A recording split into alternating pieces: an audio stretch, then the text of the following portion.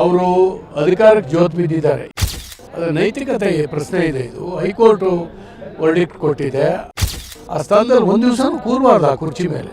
ಸಿದ್ದರಾಮಯ್ಯನವರ ರಾಜೀನಾಮೆಗೆ ಆಗ್ರಹಿಸಿ ಬಿಜೆಪಿ ನಾಯಕರು ಪ್ರತಿಭಟನೆಯನ್ನ ಮಾಡ್ತಾ ಇದ್ದಾರೆ. ಹಾಗೆ ಸಿದ್ದರಾಮಯ್ಯನವರು ರಾಜೀನಾಮೆ ಕೊಡಲ್ಲ ಅಂತ ಹೇಳ್ತಾ ಇದ್ದಾರೆ. ಈ ಎರಡು ಪಕ್ಷಗಳ ನಡುವೆ ಈಗ ಜಟಾಪಟಿ ನಡೀತಾ ಇರುವಂಥದ್ದು. ಇದೀಗ ನಮ್ಮ ಜೊತೆ ಅರಗ ಜ್ಞಾನೇಂದ್ರ ಅವರು ಇದ್ದಾರೆ, ಬನ್ನಿ ಮಾತಾಡ್ಸೋಣ. ಸರ್, ನೀವು ಇವತ್ತು ಪ್ರತಿಭಟನೆಯನ್ನ ಮಾಡ್ತಾ ಇದ್ದೀರಾ. ಇದು ಬಿಜೆಪಿಯ ಎರಡನೇ ಪ್ರತಿಭಟನೆ ಕೋರ್ಟ್ ತೀರ್ಪಿನ ನಂತರ. ಆದರೆ ಸಿದ್ದರಾಮಯ್ಯನವರು ಯಾವುದೇ ರೀತಿಯಾದಂತಹ ಬಂಡತನ ಬಿಡ್ತಾ ಇಲ್ಲ, ಅದೇ ರೀತಿಯಾಗಿ ಮೊಂಡುತನವನ್ನು ಮುಂದುವರಿಸ್ಕೊಂಡು ಬರ್ತಾ ಇದ್ದಾರೆ.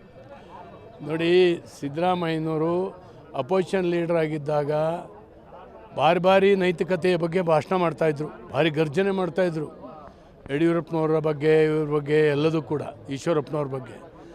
ಈಗ ತಾವೇನು ಮಾಡ್ತೀವಿ, ತಾವು ಹೆಂಗೆ ವರ್ತನೆ ಮಾಡ್ತೀರಿ ಅಂತ ಹೇಳಿ ಜನಕ್ಕೆ ತೋರಿಸ್ತಾ ಇದ್ದಾರೆ. ಆದ್ದರಿಂದ ಇವತ್ತು ಅವರು ಅಧಿಕಾರಕ್ಕೆ ಜೋತ್ ಬಿದ್ದಿದ್ದಾರೆ. ಯಾರೇ ಆದರೂ ನಿನ್ನೆ ಸಂತೋಷ್ ಹೆಗ್ಡೆ ಅವರು ಹೇಳಿದ್ದಾರೆ, ನಮ್ಮ ಮಾಜಿ ಲೋಕಾಯುಕ್ತ ಅವ್ರು ಹೇಳಿದ್ದಾರೆ, ಅವ್ರು ಕೊಡೋದು ಒಳ್ಳೆಯದು, ನೈತಿಕತೆ ಪ್ರದರ್ಶನ ಮಾಡಬೇಕು, ಕಾನೂನು ಹೋರಾಟ ಮಾಡಲಿ, ಅದರ ನೈತಿಕತೆ ಪ್ರಶ್ನೆ ಇದೆ. ಇದು ಹೈಕೋರ್ಟು ವರ್ಡಿಕ್ಟ್ ಕೊಟ್ಟಿದೆ. ಅದರ ಜೊತೆಗೆ ಜನಪ್ರತಿನಿಧಿಗಳ ಕೋರ್ಟ್ ಕೂಡ ಹೇಳಿದೆ. ಈ ಹಿನ್ನೆಲೆಯಲ್ಲಿ ಅವರು ಕೆಳಗಿಳಿದು ತನಿಖೆಗೆ ಸಹಕರಿಸಬೇಕು. ಅವರು ಈ ಸ್ಥಾನದಲ್ಲಿದ್ದು ತನಿಖೆ ನಡೆಸೋದು ಭಾಳ ಮುಜುಗರದ ಪ್ರಶ್ನೆ. ಮತ್ತು ಆ ಸ್ಥಾನದಲ್ಲಿ ಒಂದು ದಿವಸನೂ ಕೂರಬಾರ್ದು ಆ ಕುರ್ಚಿ ಮೇಲೆ.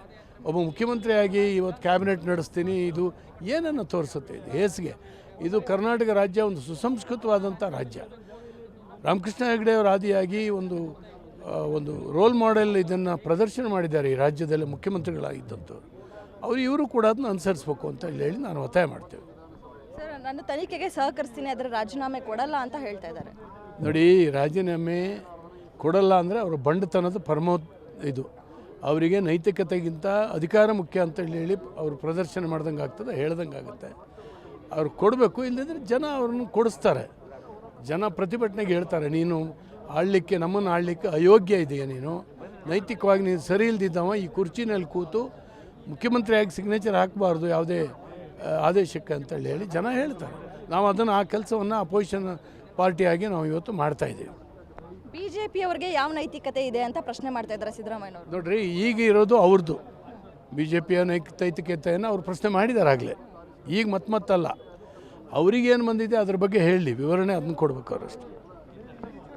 ಇದಿಷ್ಟು ಅರಗ ಜ್ಞಾನೇಂದ್ರ ಅವರ ಮಾತು. ಕ್ಯಾಮ್ರಾ ಪರ್ಸನ್ ರಾಜೇಶ್ ಜೊತೆ ಕವನ Shivanna, guarantee news, Bengaluru. Guarantee news, ಸುದ್ದಿ ಖಚಿತ, ನ್ಯಾಯ ನಿಶ್ಚಿತ.